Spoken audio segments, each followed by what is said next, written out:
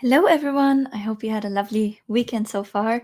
Today, in today's training overview, I want to talk with you about how to establish and scale a Facebook ad account. So, this is a quick topic because I want to do a quick topic right now, but it's also a top of mind for me right now because I just set up an ad for one of the few done for you ads clients that I still have. And also I optimized ads for one of our joint venture partners. And also I made some changes to my ad account. And on the coaching call on Friday, I had a member that was running into kind of an issue, and all of that condensed to me thinking I should actually really make a video about kind of laying out what I see as in patterns of what typically a journey of starting a new ad account to establishing it, to growing it, to really, really scaling it to multiple $1,000s a day profitable in ad spend. So I want to share this a little bit with you, and I also want to take you behind the scenes of my ad account and basically lay out those different scenarios for you. And this will be a little bit of a shorter one today because I'm a little bit tired. And I still want to give you value. Okay, so if you're running ads or you're thinking about running ads, I think this will clarify a lot of things for you and this will really be helpful. Okay, so the first things first, what are the different scenarios that led me to create this video? Hi there, hi, I'm in BC right now from the other side of Canada. Okay, so the first ad that I set up is for a done for you client of mine, and she has been running ads already for a couple of years before I took over her account. And ever since I took over her account, she had someone running the ads for her. We did some cleanup, right? So typically when I take over an ad account, I check, do we have a clean structure in the account? So do we have separate campaigns for each offer? Do we have our audiences clean within each campaign? So I'm basically just deploying a structure of making sure I have a testing campaign where I'm putting budget on an ad set level. I'm having a scaling campaign towards cold audience, and I'm having a retargeting campaign, right? So in e-commerce, the structure would typically look even a little bit more complex, but typically when I work with coaches, course creators, it's sufficient to have a testing campaign per offer where I set the budget on the ad set level, scaling campaign, so one that is meant to become bigger, where I set the budget on the campaign level. And I want to actually show you because it's probably so much easier to understand when I just show you on my account. So let's say hub. Here we have my Coach Growth Hub campaign. Let's go for the last 30 days. And here you can see that this is a budget, is a campaign where I'm setting the budget on the ad set level, because this is my campaign where I'm constantly testing new audiences that inform then my other campaigns as well. And as you can see, this is manually managing the budget on the level of the ad set, which is where the targeting lives, right? So this is kind of the testing or test ground. And then let's look at another one where we don't do that, like for example, the membership campaign that goes directly to my 777 offer. Here you can see I'm just spending $200 a day.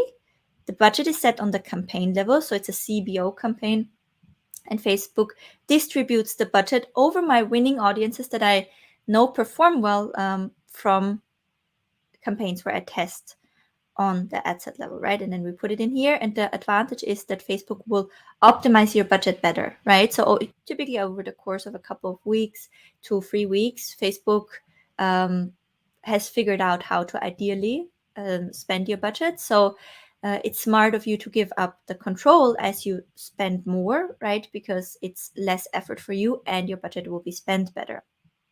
So I took over the account from my client, cleaned it up a little bit, saw what audiences went through the history of the account and said, okay, what audiences performed well, what ads performed well, dissected the ads and said, okay, from those ads that performed well, what are the common patterns? Why do I think this works really well? How can I translate it into the new offers that we will be running? I took over the account and it was profitable ever since, right? And we scaled it to a certain level. And then we kind of reached, so right now on that account, we spend around $200 a day across the complete account, right? So compared to how much I'm spending, this is relatively small, right? So because I'm spending across my account per day, yesterday I spent 2,300 euros, right? So that's only 10% that we're spending there, but we ran into an issue as into why we can't scale it further. And that issue is the same that one of my members has that I spoke with on Friday, who started a new ad account from scratch. He launched his membership and he was able to hit the ground running, right? Which not always happens, but his membership offer really hit a nerve, right? And people loved it. And he was able to scale up also to multiple $100s a day profitably, super quickly. And then he was stuck around, I think he was stuck around the $300 mark, right? So this is quite typical. And here's what we need to scale an account beyond that. If we're working with low ticket offers, right? So we now need to put in context. If we, for example, are high ticket coach and we sell a high ticket program, right? Very likely we will run lead ads that lead to a call funnel, and then we will have people taking the call and selling on the phone. That comes with its own scalability issues, right? Cost per lead will go up a little bit, but what's more kind of the bottleneck is really building up your sales team and making sure everything is converting.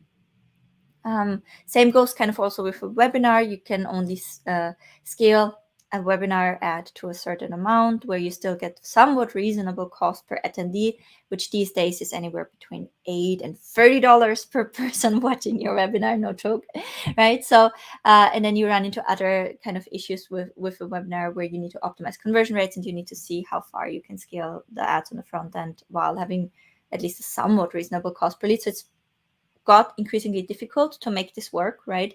And often it's just possible because it's a higher priced self-studier that's sold, right? And you have $2,000 of margin in there, which is why you can spend $1,500 to get a sale, right? So, but ultimately the customer is just paying your ad spend, and I don't think that's a smart model.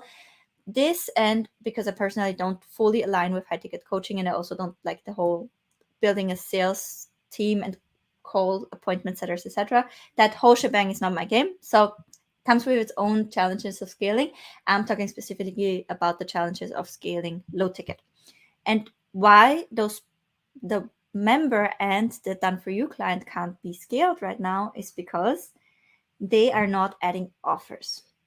So if the way I grow and I'm able to spend 2,300 euros a day on ads is because I'm growing from the cash flow of selling digital product on the front end and then upselling into a higher customer lifetime value container, which in my case is my memberships and my yearly programs, right? So this is how I'm able to afford this. I also love when I always get the questions of how much do I need to spend on ads?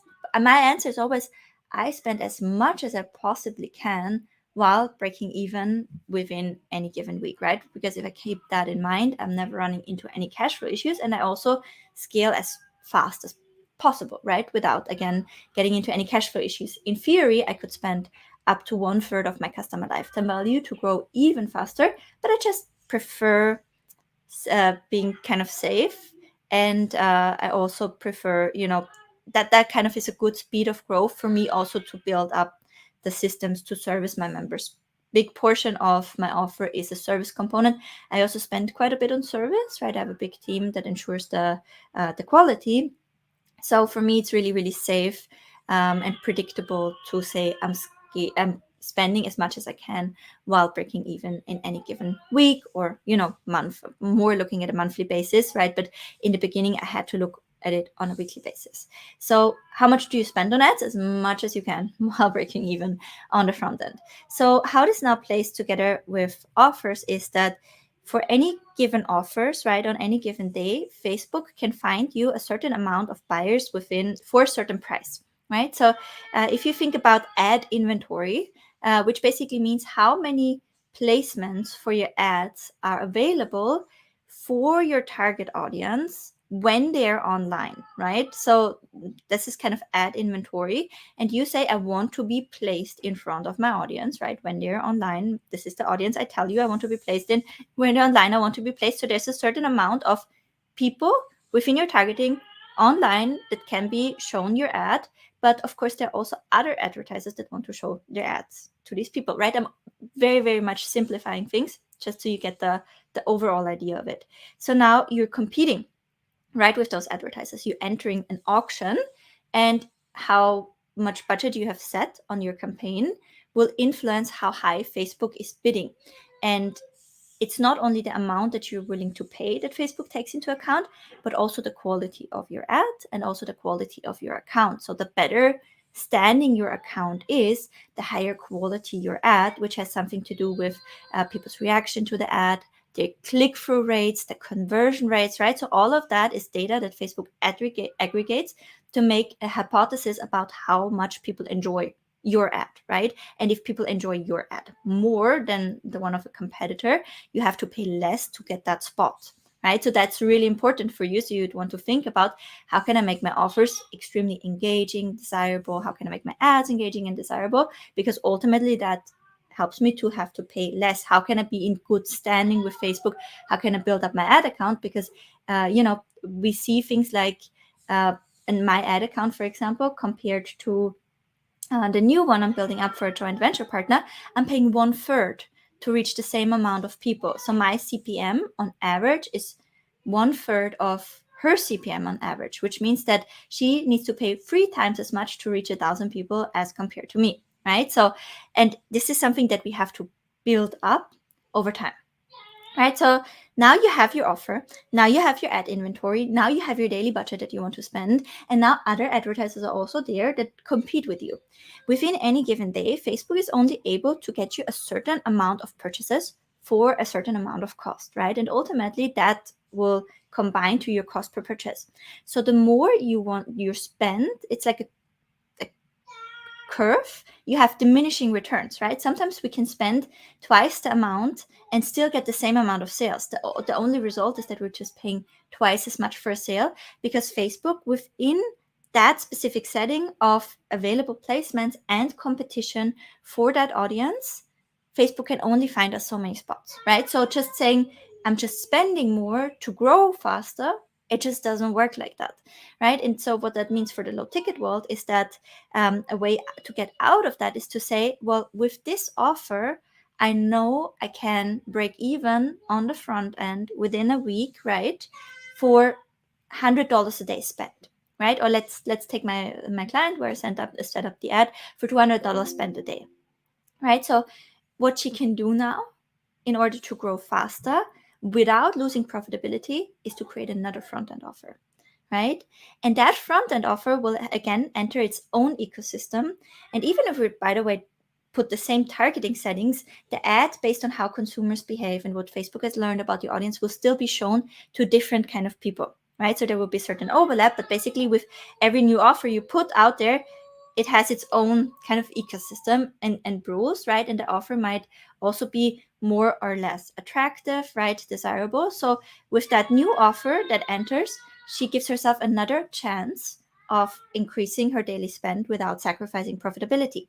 Now that new offer will perform a certain way within that ecosystem. So maybe we can get it to a point where it's profitable at $50 a day, or maybe, which happens, not every offer, but I think 1 out of 5 times she hits a home run, and we can scale that thing to $300 a day, right? Complete game changer. If she can spend $50 a day, right, or versus $300 a day, she can grow 6 times as fast every single day without sacrificing profitability. All right, so this is why at a certain point when your ad account is stalling, we need this additional offer to scale further, right? And so I have done this with my account for multiple months, tested different offers, and eventually I was able to work it up to $300, $400 a day, spending profitably consistently, right? So that's kind of the second stage.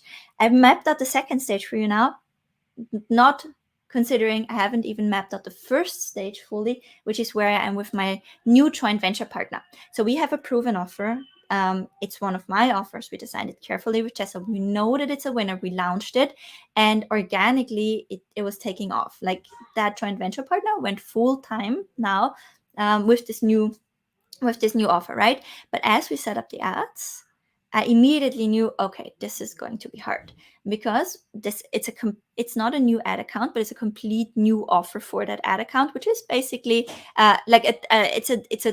it's a direction flip. Like, it's a really strategic new field that we're entering, and our audiences are not the same, etc. So it's good that we're using this old account, because although it is not build up in that direction, it's still better to have an old account, because it's usually more established and you get rewarded with lower CPMs. I do not know the ins and outs of how Facebook decides how to set their CPMs, and everyone who's not working for Facebook in that department, which is when I think they wouldn't tell you, but everyone who's telling you they understand without working there, I would not believe them, because there's so many different opinions out there. But what I'm noticing over the years is that the longer an account is around, typically the lower CPM, so cost per mil, how much we need to pay to reach 1,000 people, we have, right? So it was still making sense to go with this established account versus setting up a new one. Also, when you set up a new ad account, chances that your ads get rejected are really high. You pay high CPMs, your ad account can get shut down, you need to do the ID verification. So there's all kinds of initial heavy lift to get that ad account off the ground, right? So we kind of circumvented that, right? And with Funnels and Ads Pro or Coaching Mini Membership Method, we take you step by step through how to set up your account, prime it with a lead generation campaign to really build up that kind of more established, at least not ice cold, you run conversion campaigns directly set up, because like I said, that's super risky of that ad account just being immediately shut down.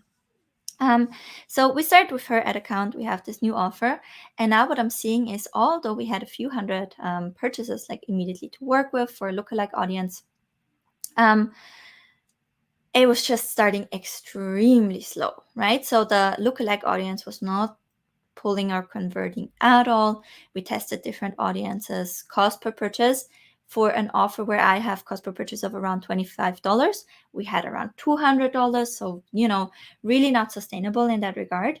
But I also know that this is a phase of us having to build up to that.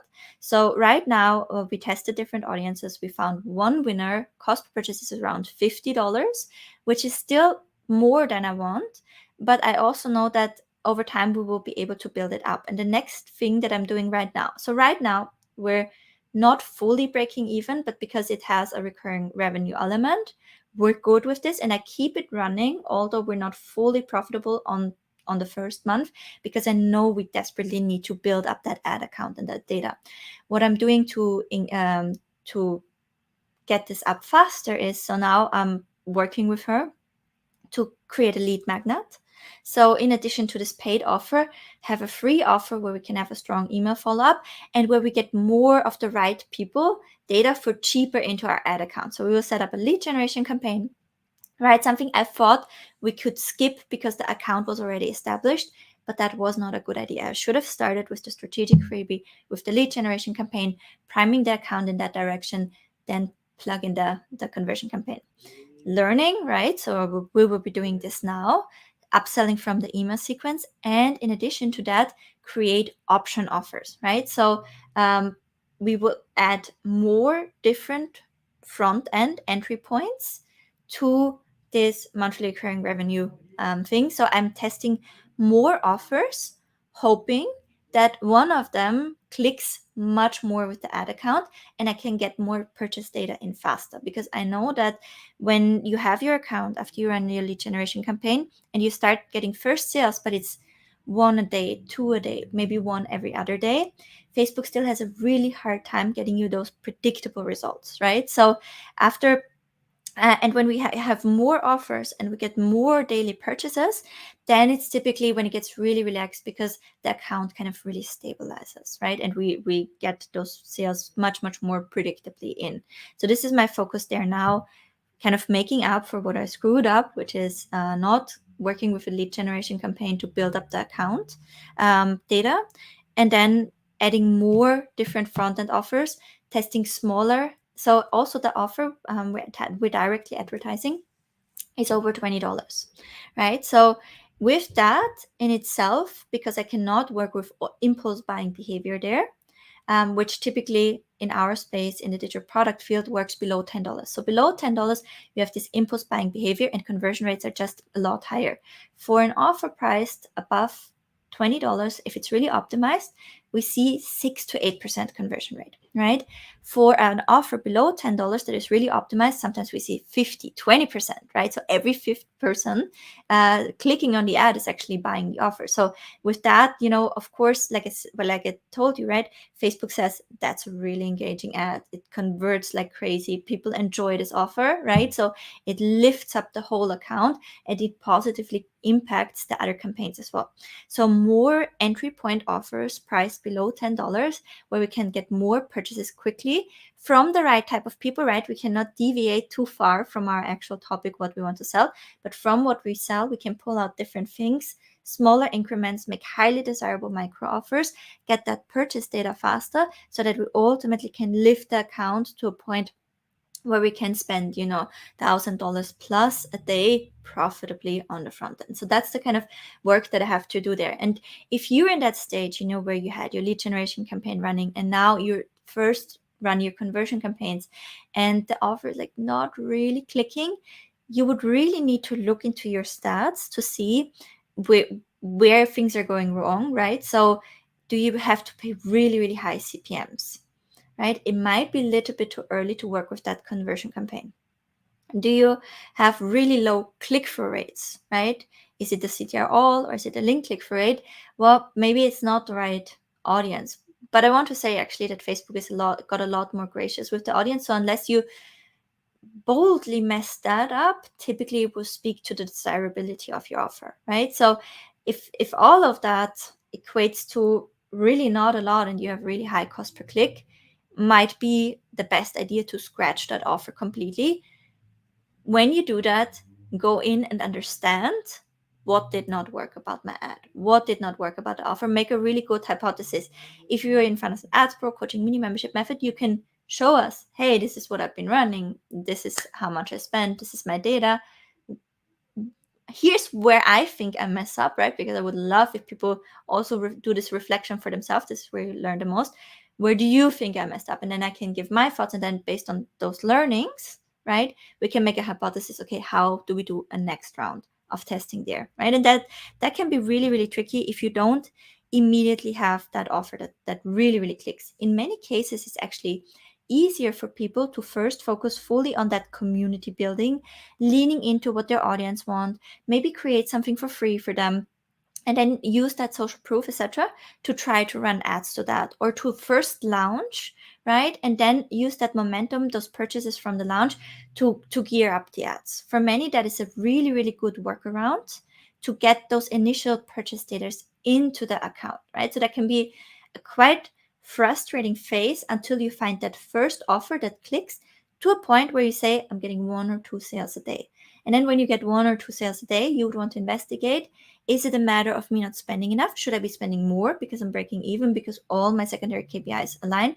Or is it a matter of me actually needing another additional offer to stabilize the data in my account to get it up quicker so Facebook can condense the data and find me more buyers faster? Because a lot of this is really about educating the algorithm of who you're looking for and who is looking for your offer, right? So the more you can do to accelerate that product to market fit or that your offers to market fit, the faster you kind of see results. So that's the initial phase and what you would want to focus on. And again, it's very normal to have a first offer that completely flops, right? Because usually that's, if I was telling you somebody is teaching another person how to do a backflip, and some people might even get it on the first trial. Well, they might come with some prerequisites. They might be sporty, right? They might have done something similar in the past. They might not be scared of doing that. So they might come with prerequisites.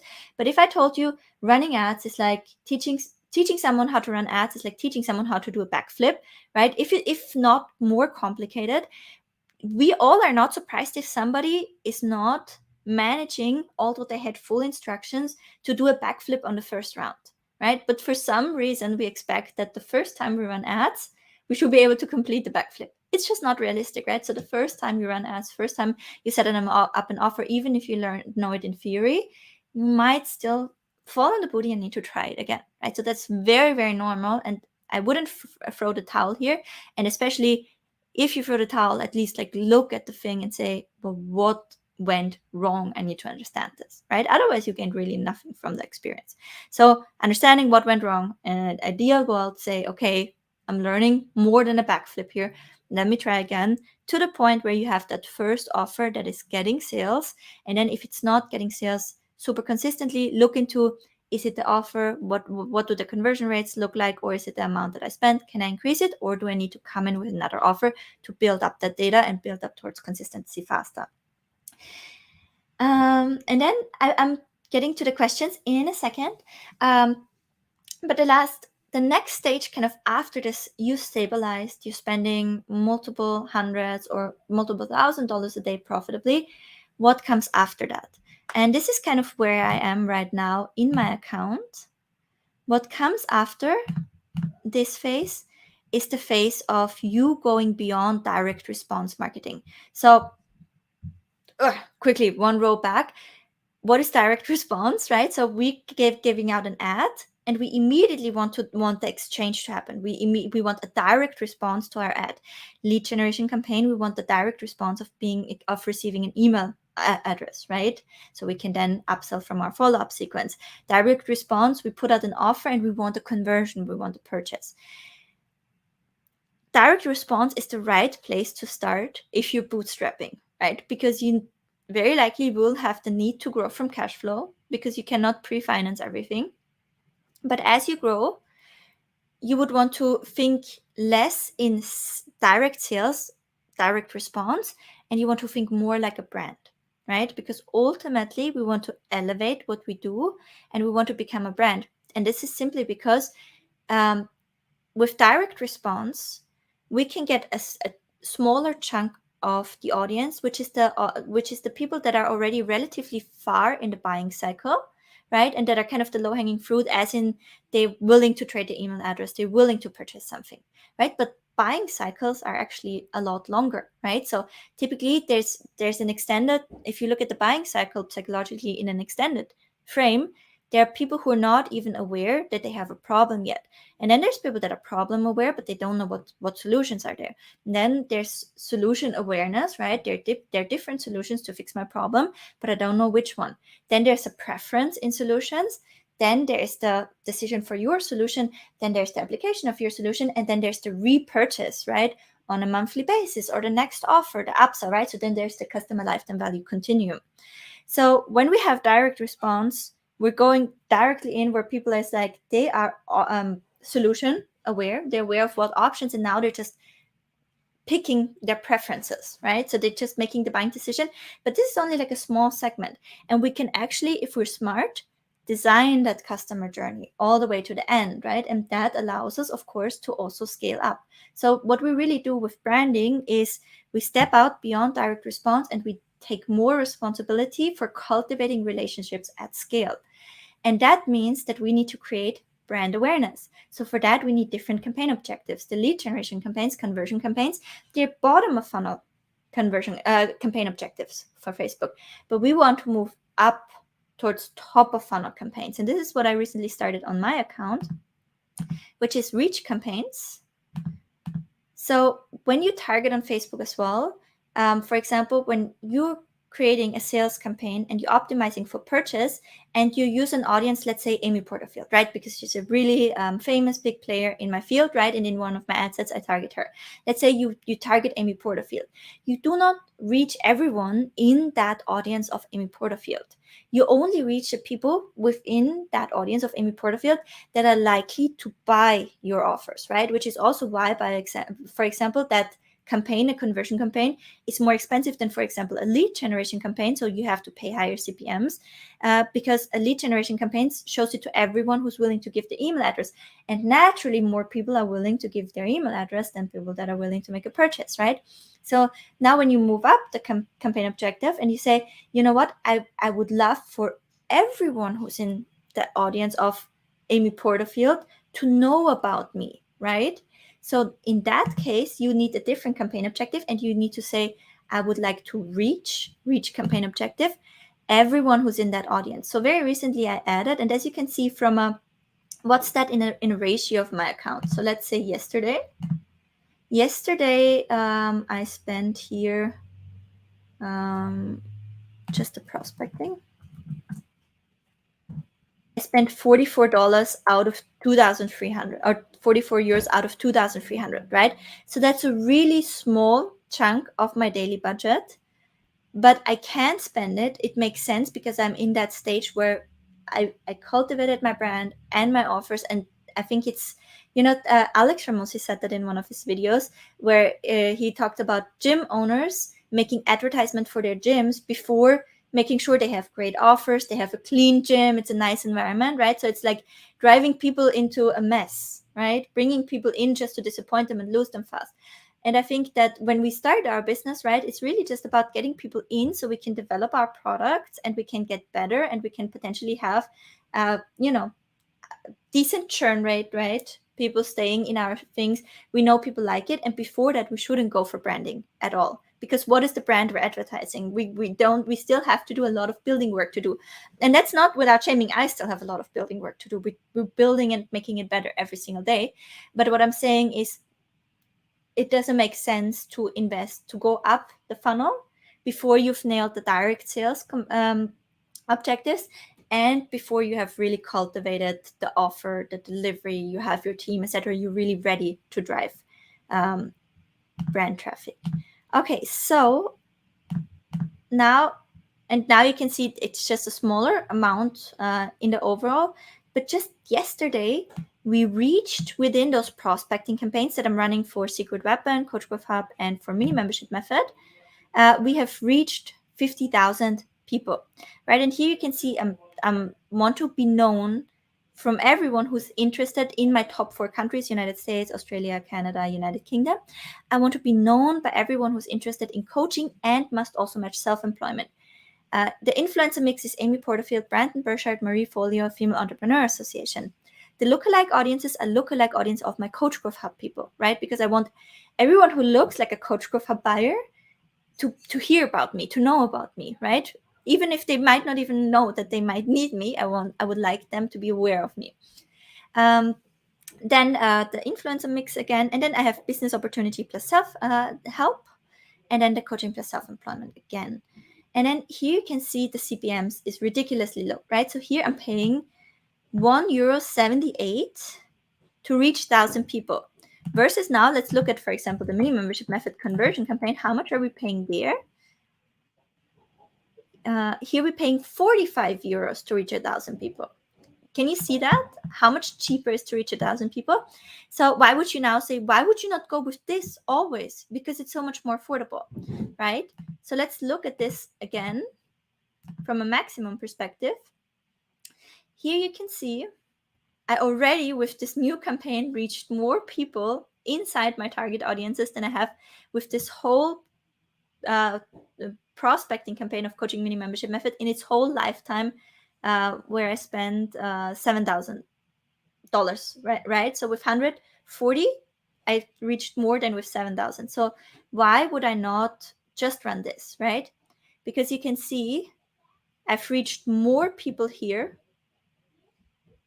but I have not got a single purchase. And this is what you need to understand, why, when you set up a traffic campaign and you're not getting any sales, it's your setup. It's who you showing the ad to. It's the objective of the campaign, why you're not seeing sales. It's not because there might be something wrong with your offer. There still might be something wrong with your offer, but the first thing you need to do is select the proper campaign objective, which is a sales campaign optimizing for purchase, right? So now you would say, well, Evelyn, why are you still doing this if you're not getting any sales from it?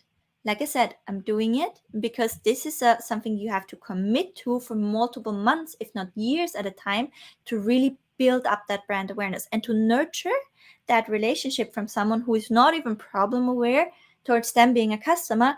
Well, that's a journey, right? But I have the time and money to spend. So I might as well right now start to build towards that next stage of my business that is much more brand driven than it is direct response marketing driven. Okay, so those are the how you establish an ad account and how to kind of progress towards that. I hope this gave you a little bit of a more inside view, and hopes also when you're in those dirty beginnings, this is really the very, very hard work of building it up. Once you have an established ad account, it's a lot easier, right? So every new offer, also because who you become as you build that up, the kind of messaging intelligence that you develop, the understanding of your audience, how you need to create things, how you need to present them, how you need to talk about them, you get so much better at this that you're looking towards a future where every single thing you plug into your ad account will get sales, right? But it's a way to work up to that, just like it's a way to work up to being able to do a backflip, which I personally can't do for the record. What type of ads would you recommend? We are a tutoring business. Do you think webinar is better or simple Facebook ad with ClickFunnels is better?